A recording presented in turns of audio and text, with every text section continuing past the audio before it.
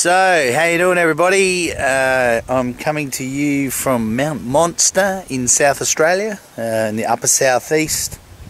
Heading south now in my journey. I've had an excellent time in Adelaide and hung out with Mark Taylor a fair bit, and Mick Brown, and a few other folks and family and friends.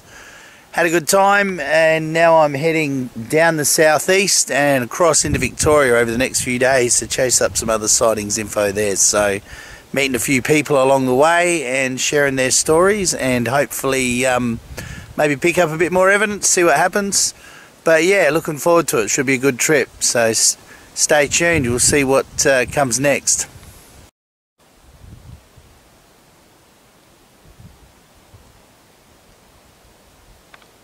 So this is a really bad weed in South Australia. This is bridal creeper, and it's bad in the Adelaide Hills, down the southeast, and also on Kangaroo Island. Last time I was there it was pretty rampant as well. They've introduced a rust that tends to knock it off a bit in some places. Doesn't look like it's happening here, but yeah, hard to chemically control and hard to weed out as well. They have clumping rhizomes everywhere underground, and they're really hard to get rid of. Bit of a pain in wet areas. Here you got Melaleuca, I think it's uncinnatum, I can't remember, I'll have to check. But this is Broombush, so this is what they make brush fences out of, this stuff. And a lot of the upper southeast was covered in this stuff, and they cleared it for decades, and they used it for making brush fences around Adelaide and parts of Victoria, probably Melbourne as well. But as it became more and more rare, the industry shut down because there was only protected patches left, sadly. But yeah, this is a pretty practical plant. I'm sure the indigenous folks probably used it in construction of their whirlies and waddlies as well. Their little huts they'd make in the bush out of different raw materials. This is Acacia paradoxa, or kangaroo thorn. You can see it's got some nasty spines on it. This is a type of wattle, and very good at protecting properties. If you put this around your boundary, I don't think too many people would try and penetrate it in a hurry.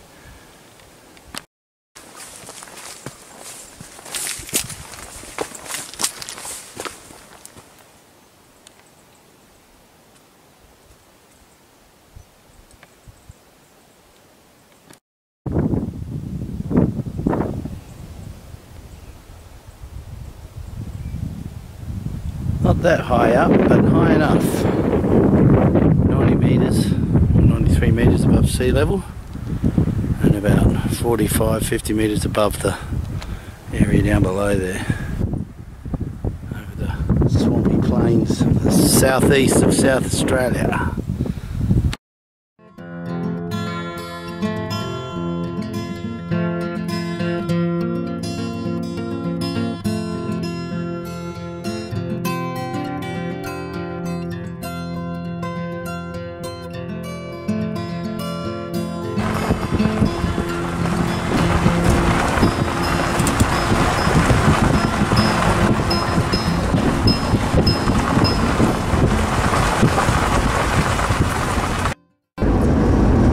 So we're coming up to Desert Camp Conservation Park up here, heading further south towards Narracourt, where my next contact is. Desert Camp is a large area of natural vegetation, rather low scrubby stuff. That's probably why it wasn't cleared, just the fact that it's low and not real arable soil. It's quite sandy through patches down here, and a lot of limestone in this country. But it was on the other side of the road, a bit further through, in 1972 I think it was, or 73, I can't recall, around there. But my very first witnesses that I ever interviewed, Andrew and Carolyn Ferner, they're koala carers that live in the Adelaide Hills. They were camped down here in the early 70s doing fencing. Andrew was from down this way. He was a jackaroo back in the day, and they were sitting there having a cup of tea and a bit of toast one morning in their camp, and a thylacine just walked straight through their camp with its nose to the ground, didn't even look at them. It was about 7 o'clock in the morning, just on sun up, and they were just sitting there sipping their cup of tea. This thing walked through their camp only about 20-30 feet away from them, gave them the shock of their life, and they never forgot it. And they described it to a T as that typical sort of sighting. But it was a long time ago, before the advent of mobile phones and everyone having a camera handy all the time. But yeah, that was the very first sighting witnesses I ever interviewed, was that couple, and they had a pretty cracker sort of sighting. So when you get out there, it's really just pink gum and large patches of grass trees, or xanthorrheas as they're known, and really inconspicuous sort of country. But yeah, they're definitely roaming around down this way. There's a long history of it in the southeast. It's goes back a very long way to the 1800s, sightings of unusual striped animals that people have described as tigers. So I'm down the southeast of South Australia with old mate Karen, who's a big supporter of Tugela and what we do, and we've come out to investigate a potential lair site that a witness gave me the details of about a year ago, 8 months ago, something like that.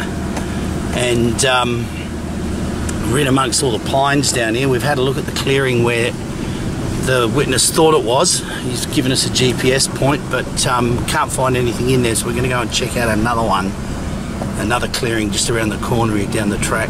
We're sort of following our nose more than anything here at the moment, just seeing what's happening. But there's lots of potential sites for things to live. As you can see, there's a lot of good country down here. There's patches of native forest in amongst all these pines. The pines are really thick because they're all new ones. They're only about 8 years old, these ones, maybe 7 or 8 years old. And there's lots of sand here, so we might even find some prints if we're lucky. We'll have a look anyway. Oh yeah. They only had pygmy ones in Tassie and they wiped them out. It's funny how they dwarf on islands. Yeah. So King Island, Kangaroo Island, Tassie all had dwarf emus. Is there any dwarf emus left anywhere? Nah, they're all gone apparently.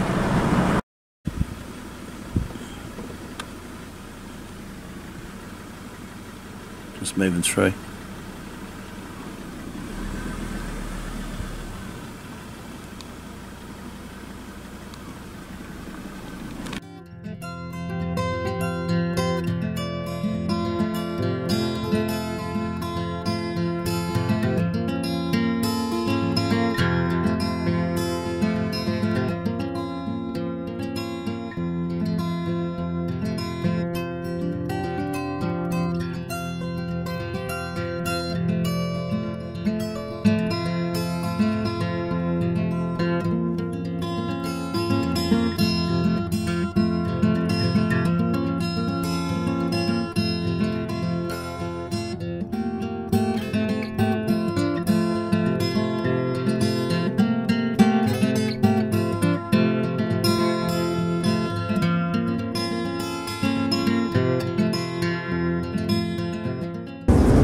So I'm currently in the middle of Mosquito Plain. The terrain changes a lot down the southeast. It's now red gum country basically, with tea tree and swampy sort of soil right through this area. I'm heading out to a park out here that might get some good footage, and where Kath and Dawn back in the 1960s actually found thylacine prints and juvenile prints, and there was 2 sets of prints going along, like the mother and the juvenile, and then the juvenile prints disappeared, and they theorised that the juvenile had actually hopped in the pouch, and mum continued on with the young one in the pouch. So interesting bit of thylacine history out this way. A lot of people wouldn't be aware of it, but the southeast of South Australia was actually the largest wetland system in Australia at one point in time, until it was all drained, of course, by the government and the farmers and stuff.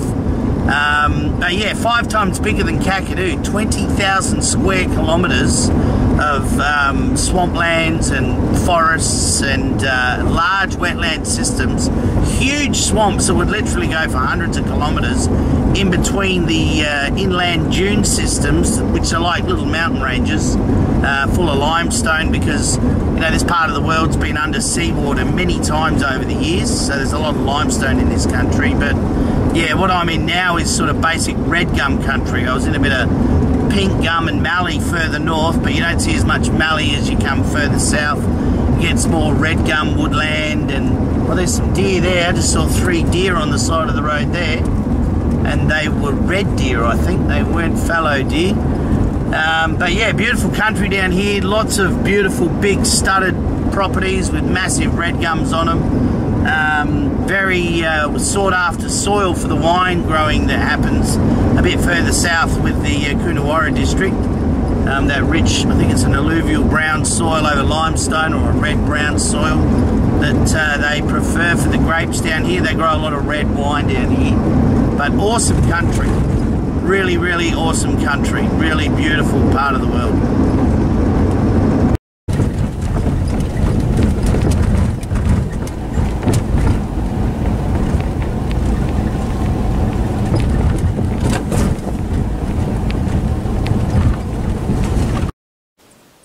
So here we are at the big swamp in the middle of all this bush here. Big flat swamp, goes right across the other side there, about 500 metres, and then goes right around the back through the other side behind this tea tree here. Goes for miles all the way through the guts here.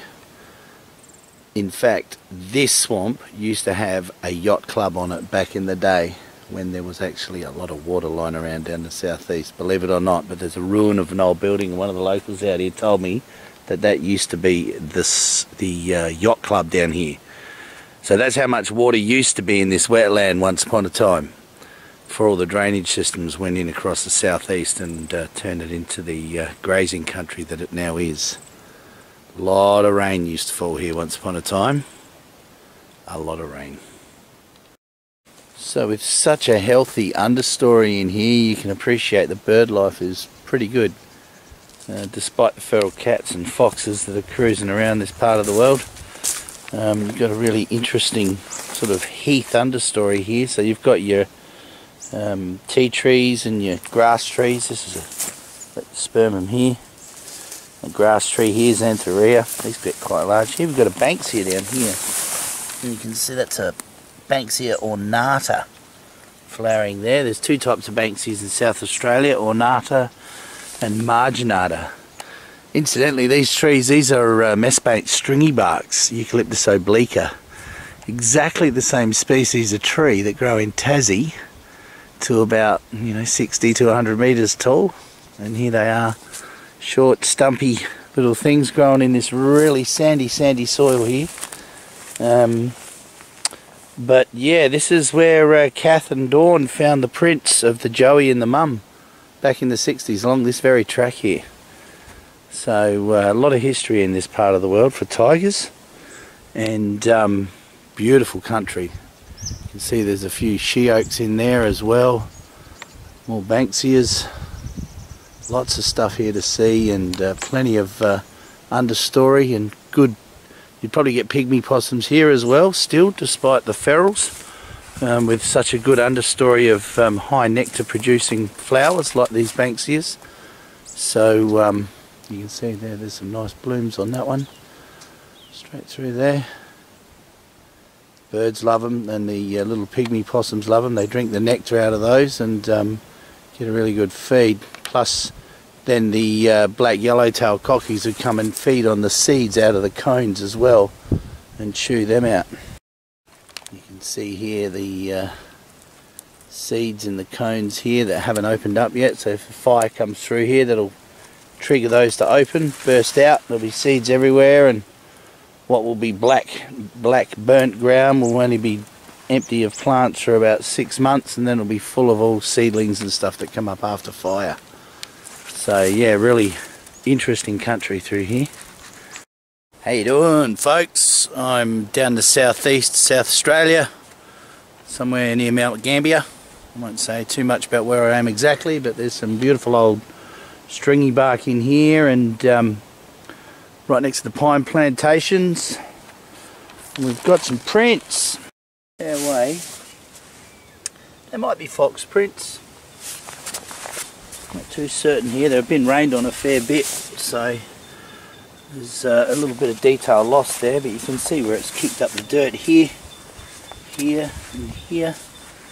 They just come belting along down here. I've seen a few fox prints in my time over the years here in South Australia. You can see there's quite a small one there. That looks like the front one there. Sand's reasonably soft, so you know it's not too hard to make an impression in soft sand.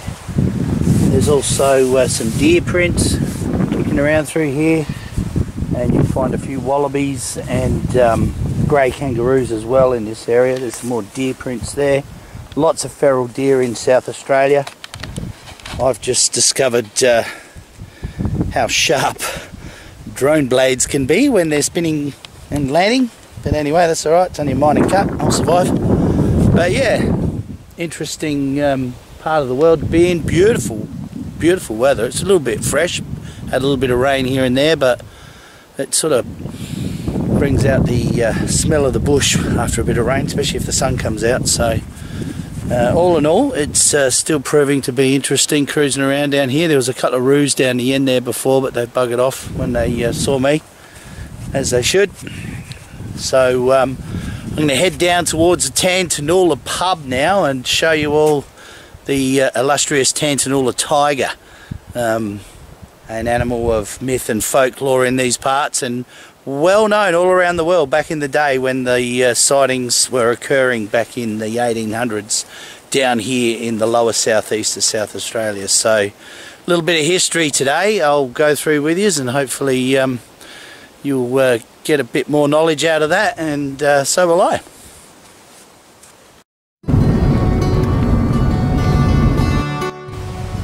So here I am at the legendary Tantanoola Tiger Hotel, home of the alleged Assyrian wolf that was shot by Mr. Donovan back in the 1800s, late 1800s, I think it was 1880s or early 1890s.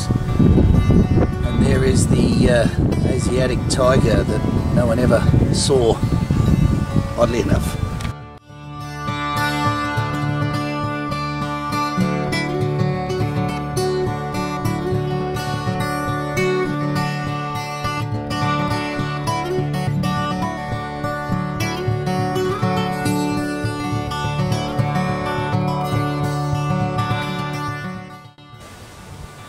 Here that they want to revere this mystical tiger thing every chance they get, I suppose. It's about the only thing this place is famous for. There's the old Tantanoola railway station over here, long since disused, no longer serviced lines. The old platform there, where they would have loaded passengers and freight once upon a time. Looks like a little ticket office over there, that little cubicle where you would have grabbed your ticket. It's all part of the history of the area, I suppose.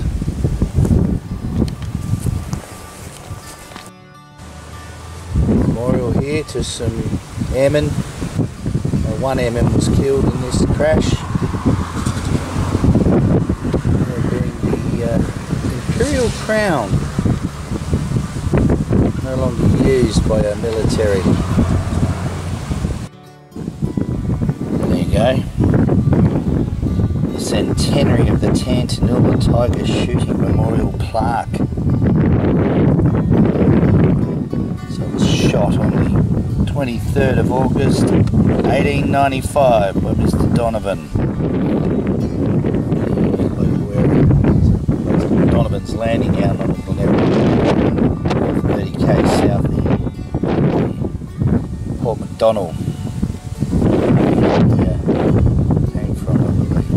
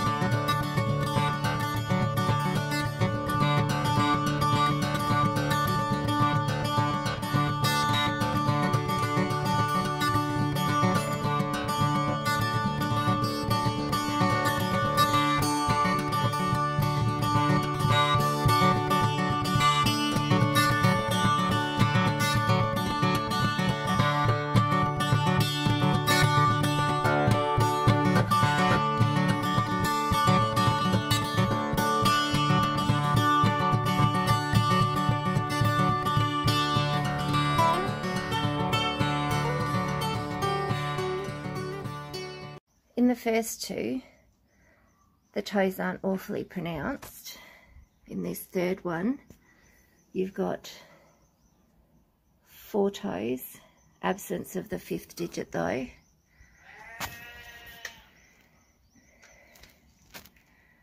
In this one here, you can quite clearly see a pad, 4 toes and a 5th digit. So pad 1, 2, 3, 4, and the 5th digit here, just adjacent here to the pad. By far, this 5th cast is the best one.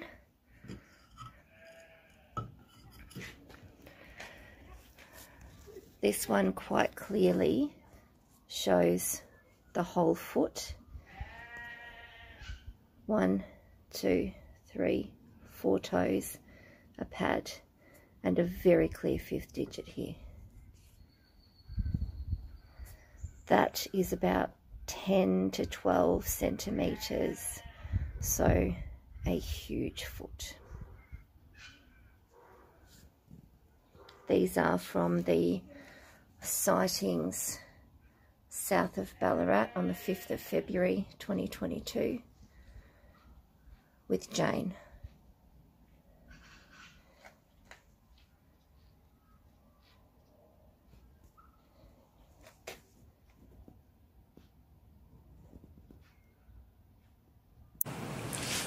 Good evening. We made it down to South Gippsland, and it's pretty wet out there. It's pretty ordinary. I'm on the coast, just camped out in my bird hide with my swag. It's pretty wet, so I'm inside the bird hide. No point getting any wetter than I have to.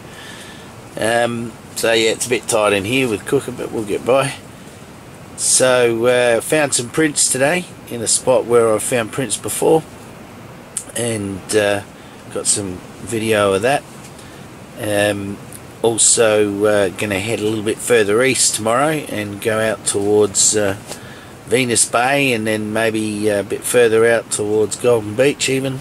See how we go, and yeah, have a chat to a few more people and get a bit more of a feel for the way out here. I've only been as far as Loch Sport before. I haven't been any further than that, so be interesting to see the rest of the coast down that way out towards Wilson's Promontory, and yeah, just get a bit of a handle on things out here and see what other evidence I can find. If there's any out there to be found, might find a few headless roos or something, you never know. All in a day's thyla nerding, I would say. Anyway, I'll leave it there for now, and we'll tune in again tomorrow. Cheers.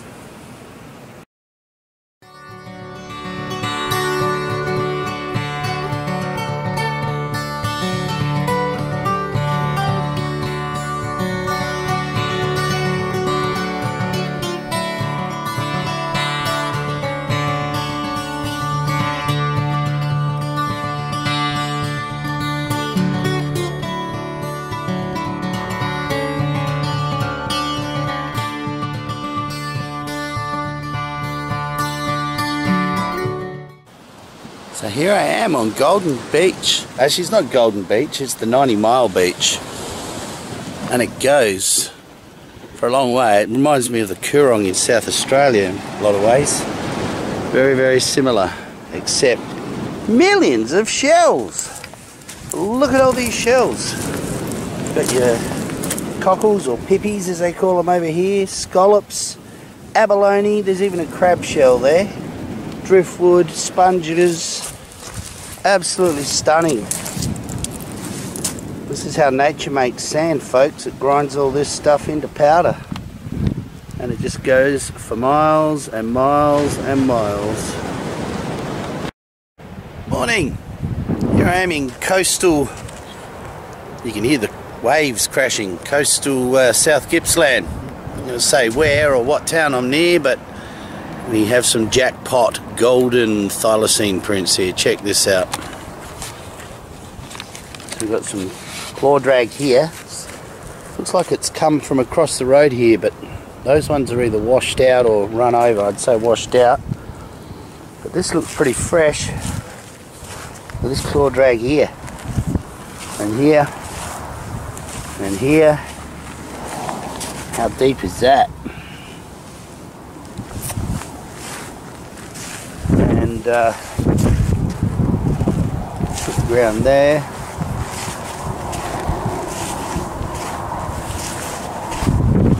Been getting a fair bit of rain, so I'm not surprised it's a bit wishy-washy with what's available to have a look at. But it's gone straight up this road here, flicking back a lot of dirt.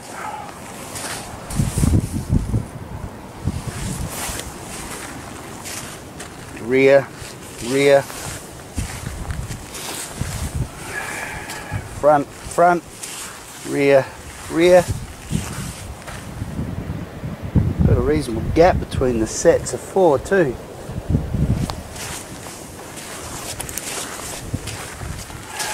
It's a hard substrate, but they're a pretty heavy animal and they're running on their digits. There's another one from the other day that has been rained on. See that one there? But look at this. This claw drag is unreal. Smashing it.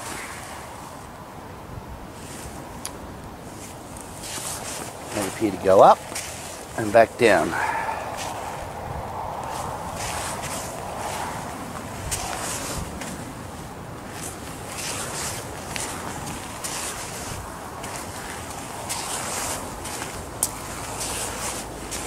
They're all, you know, that's 4 inches, or 3.5 maybe, but pretty close to 4 to me.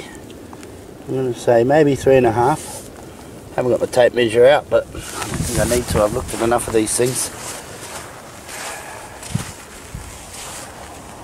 Keeps going. You see there where it's coming back, going up, coming back.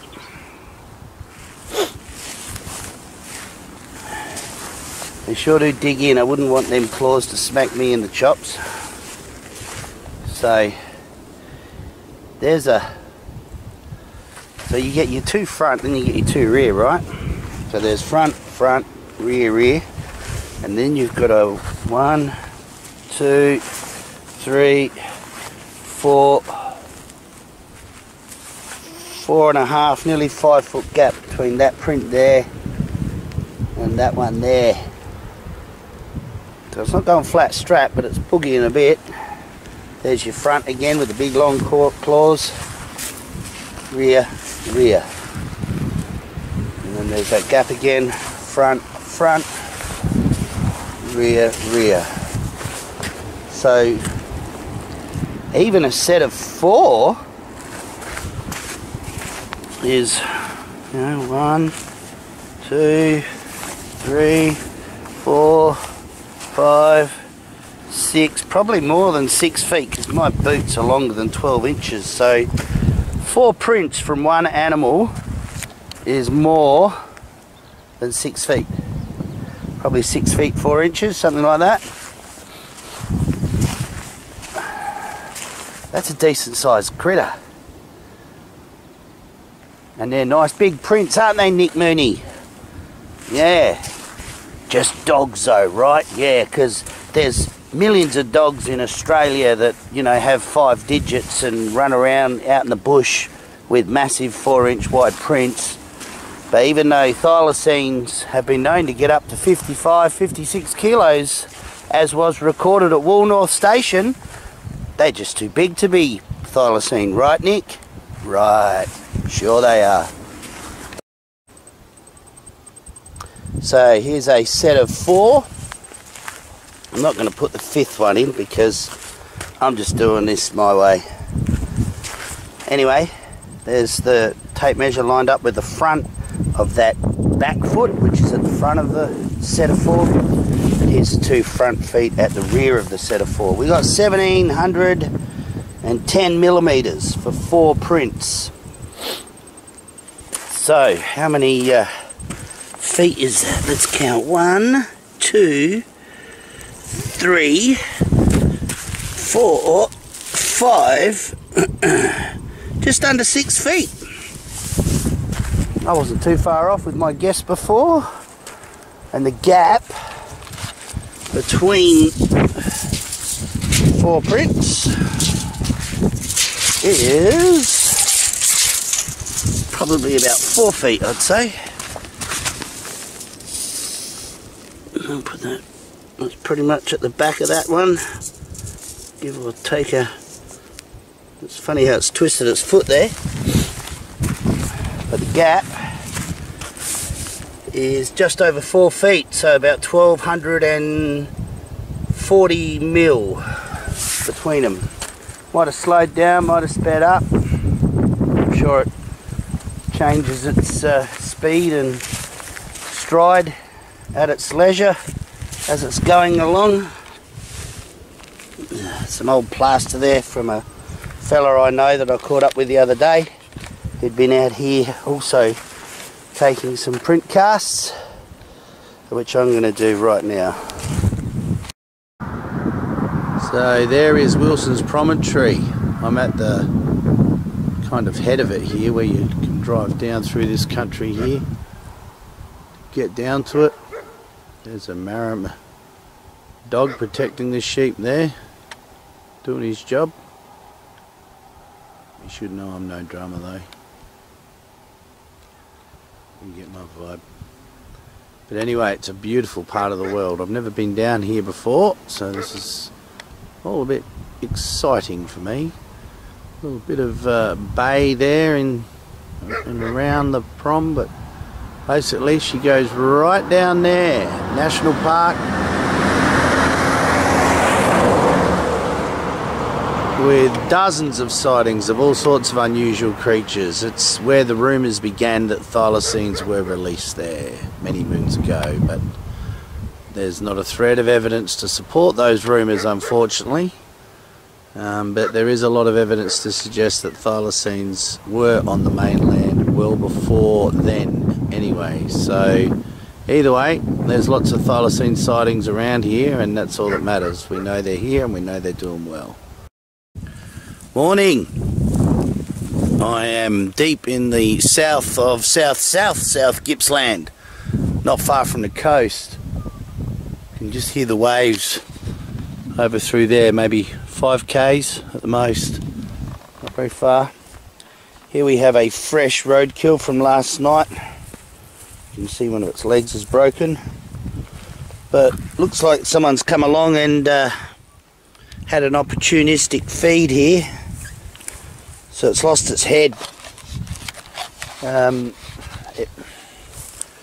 know, it's still soft, so it's definitely last night's. And that looks pretty fresh. I'm gonna say the lungs are still in there, but definitely wanted the head and had a drink.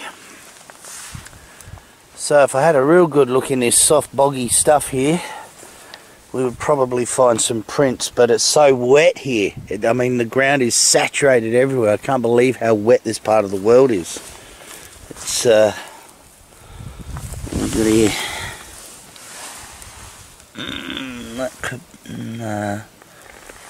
It's just too hard to tell.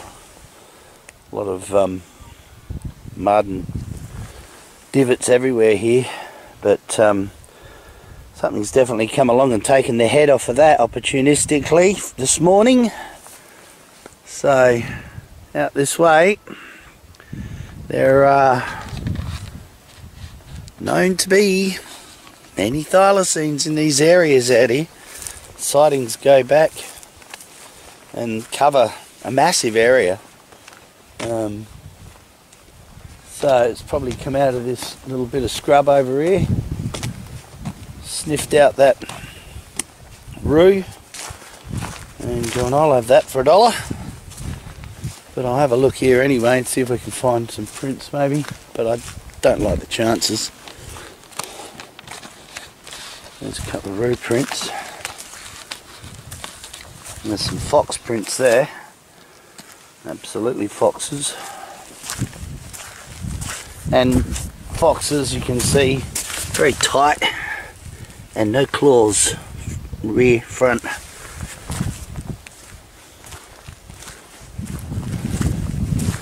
Wallabies. What's this called? Cush's Road. I'm going to say through there somewhere is where it's come from, and gone back too. You see there's a few wallaby prints here. Wallabies.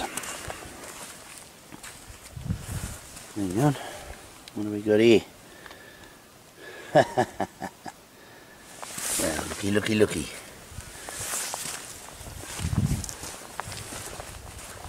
See if there's anything else along here. Wallaby.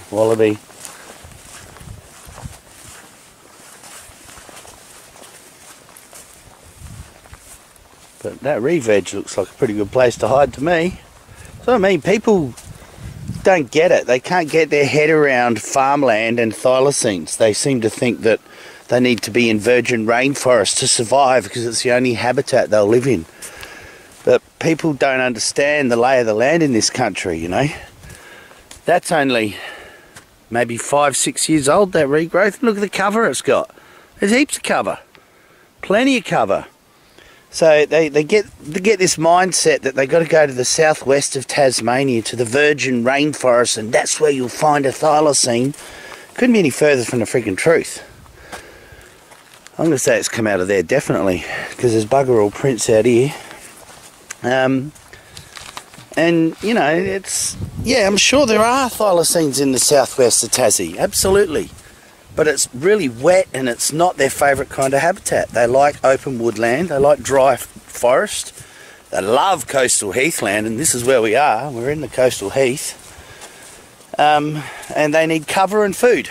So, you know, if there's a bit of cover and there's a bit of food, then it's good enough for them to live in. So when people start realising that, they'll fully appreciate the vastness of this country and how much potential it has to hide all sorts of strange animals, because people see all sorts of strange animals in this country.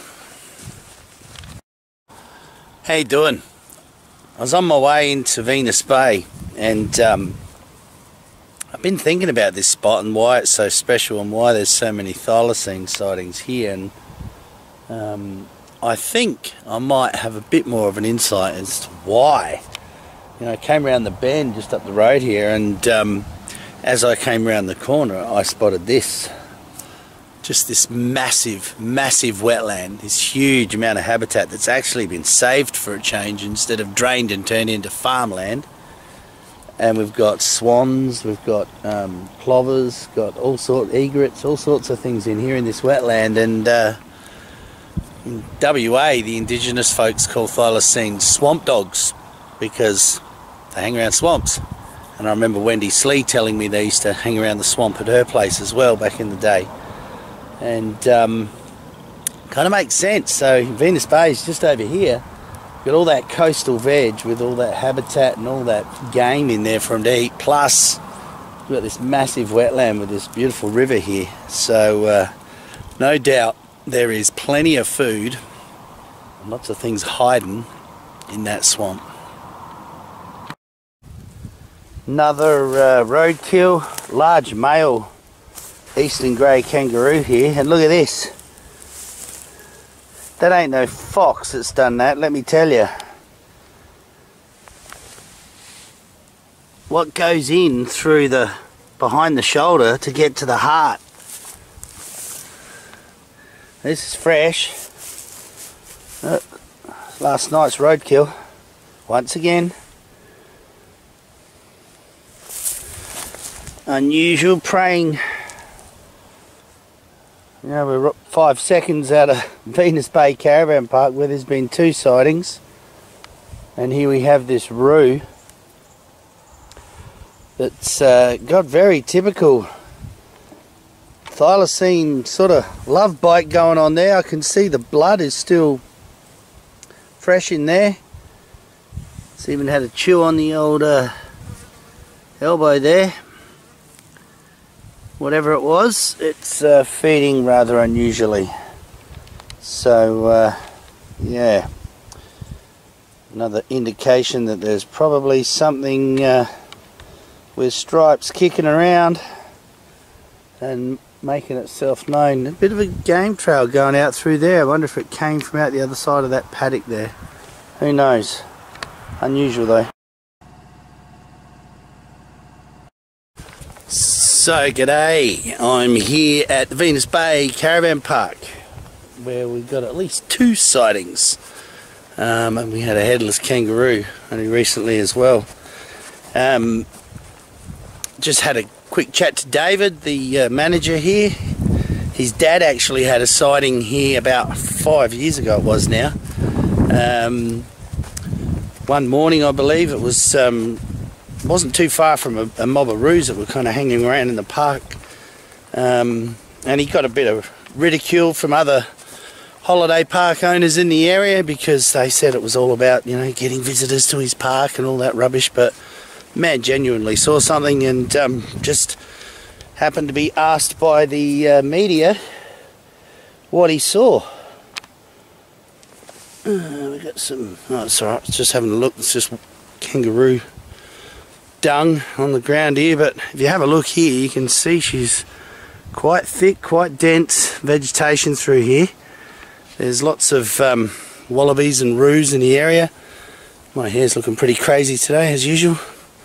And yeah, the other thing too is another member of ours, about 2 years ago now I suppose, maybe 18 months ago, also had a sighting here. Now he contacted me the other day and actually gave me all the details of his sightings, so I'm going to get the drone out and have a bit of a fly around and get a bit of a feel for the lay of the land here, I suppose, in relation to the park's proximity to the coastal vegetation that it's surrounded with, and yeah, just see if we can find any corridors where they might be using. So let's see what we can find.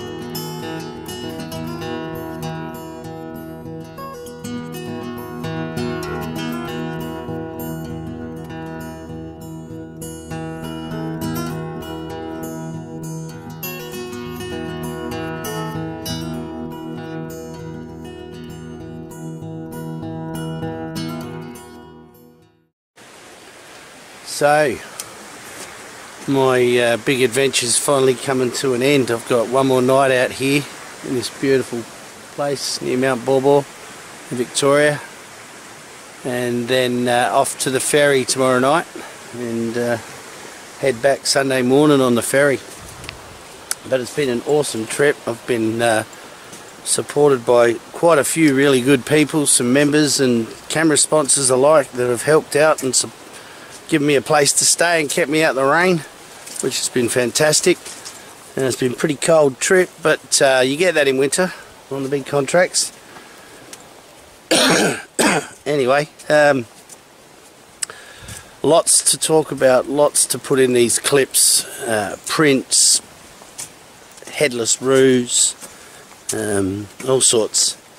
Interviews, spoke to quite a few people. It's been an awesome time, and I'm looking forward to getting back home, seeing how the lodge is going, and lighting a fire, sitting by the fire for a night or two, start editing some of this stuff off. But anyway, it's been an awesome trip. Thanks very much to everybody who supported me along the way, and you know who you are. I'm not going to mention your names, but you know who you are, and I appreciate all the support that you've given me along the way. It's been fantastic. So well done, and we'll see you next time, mainland Australia.